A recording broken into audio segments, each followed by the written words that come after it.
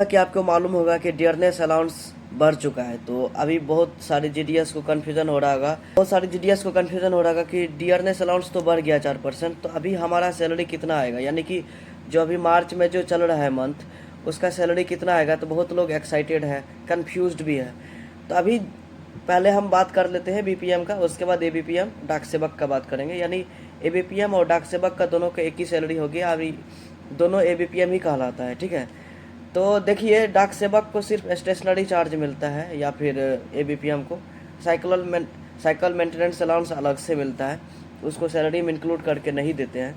लेकिन बीपीएम को office maintenance allowance मिलता है, जो कि कभी कभी 500 रहता है, कभी 250 रहता है। पहले तो 250 ही मिलता है, लेकिन जब ऑफिस मेंटेनेंस अलाउंस एक्सटेंशन करने का रिक्वेस्ट भेजते हैं, तब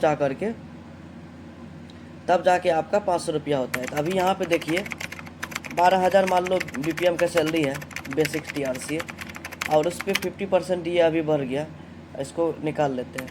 यानी 6,000 आपका डियरनेस अलाउंस सिर्फ मिल रहा है, उसमें से आपका बेसिक टीआरसी जोड़ देते हैं, यानी 18,000 आपका डीए प्लस बेसिक टीआरसी यानी बेसिक सैलरी जोड़ दिए। उसके बाद 250 रुपये, उसके बाद ऑफिस मेंटेनेंस अलाउंस या तो 250 रुपया होगा या फिर 500 होगा, यानी कि 18,500 रुपया आपका टोटल सैलरी हो जाएगा इस बार, ठीक है। उसके अलावा और कुछ मिलता नहीं है। हाँ, अगर एरियर जोड़ जाड़ के मिल जाए थोड़ा बहुत तो वो अलग है, 18,500, 700, 800 ऐसे इस तरह से मिल जाएगा। लेकिन इस बार जो पहला सैलरी मिलेगा, जिसका 12,000 बेसिक टीआरसी है, तो उसको 18,500, 600 के आसपास मिलेगा। जैसे हमारा है 13,130 रुपया बेसिक टीआरसी है, तो हमें कितना मिलेगा, तो हम मल्टीप्लाई कर लेते 50 से डिवाइडेड बाई 100, यानी कि हमारा 6,565 रुपीज़ हमारा डीए बन रहा है। उसमें हम ऐड कर लेंगे हम अपना 13,130 रुपया, ठीक है, और उसमें से 500 रुपया ऑफिस मेंटेनेंस अलाउंस, यानी हमें इस बार जो मिल सकता है 20,195 रुपया मिल सकता है। वो जो हमारा पीएलआई या एसडीबीएस में कटता है वो अलग बात है, वो हमारा खुद का कंट्रीब्यूशन हो रहा है, वो हमें फ्यूचर में बेनिफिट पहुंचाएगा। अगर मान लो, ये तो बीपीएम का सैलरी हुआ मार्च का, यानी कि 50% डियरनेस अलाउंस बढ़ने के बाद।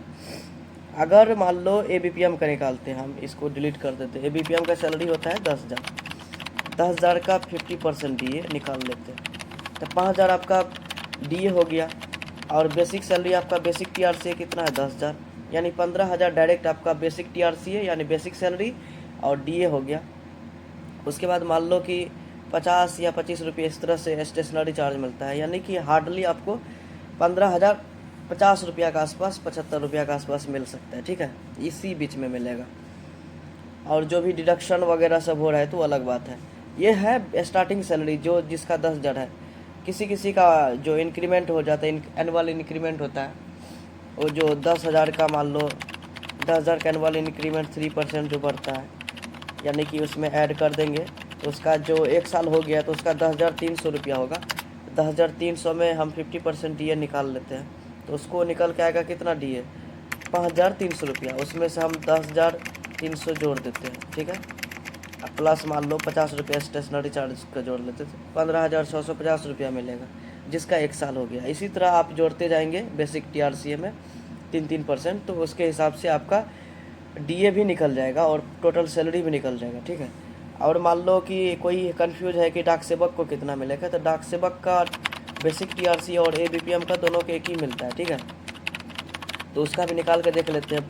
वही 50% डियरनेस अलाउंस, तो उसका भी 5,000 डीए हुआ, प्लस 10,000 उसका बेसिक टीआरसी है, प्लस 50 रुपये का स्टेशनरी चार्ज में दे देता मान लो, उसका भी 15,050 टका, ठीक है। और इस तरह से जिसका इसका ड्यूटी बढ़ता जा रहा है उसमें 3% इंक्रीमेंट होगा, ठीक है, 3%।